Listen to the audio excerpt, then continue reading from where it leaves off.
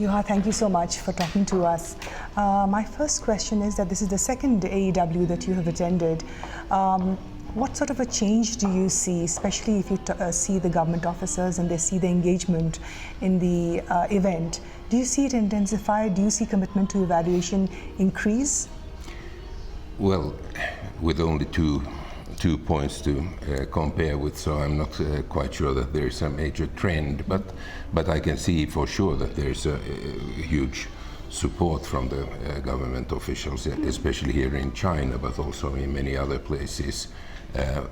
Those officers who participate in these AEWs are fully engaged, and there's of course very different types of engagement. Some tend to be more coming from the accountability side and the control side, that we must make sure that our initiatives are all reaching their objectives and are cost efficient and all of that. And others are more emphasizing the learning.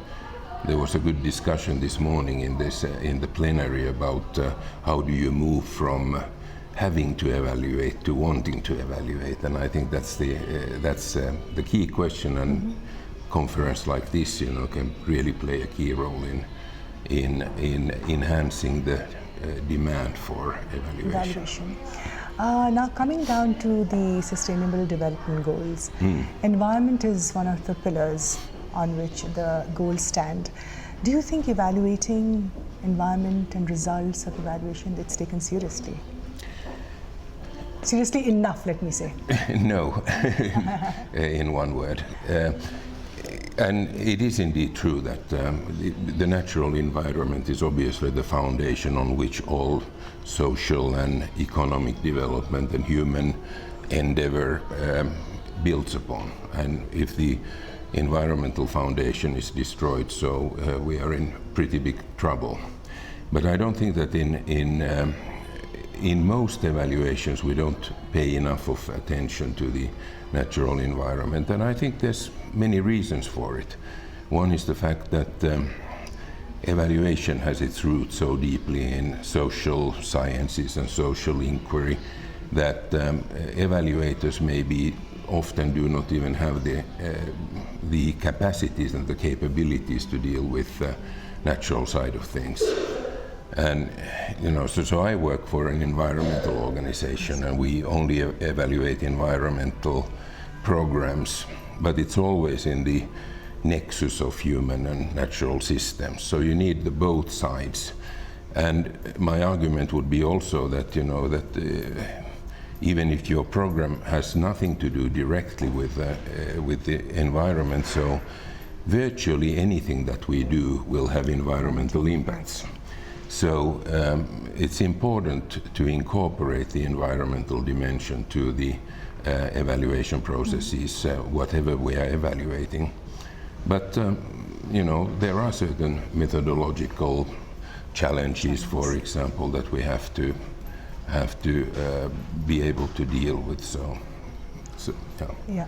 I mean, if you talk to the multilaterals, banks, especially if you're talking about organizations like ADB, what would you recommend? What would you recommend that we do this better going forward? I think it would be really this thing that when you look at your projects and programs would have often economic development goals and sometimes social development goals and so forth. But look for the environmental impacts and look for the unintended consequences that every project and program has. So it's not only about looking narrowly at whether this program or project or intervention reached its objectives as they were defined in the project document or whatever, but what else happened and how can you mitigate or build upon some of the good things that can happen for the environment and for the people. And sometimes there are trade-offs.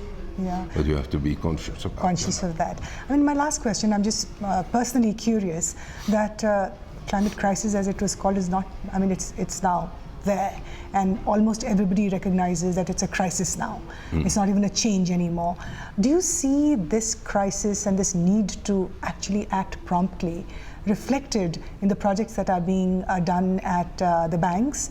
Or do you see over a period of time some change, some movement towards the better? I think there's definitely more consciousness about these issues, and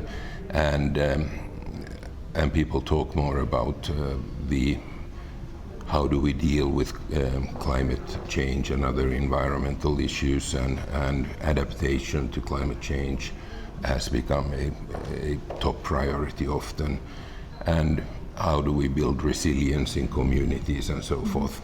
Sometimes it's cosmetic, sometimes it is just, that you tweak your language on your programs and you're talking about adaptation.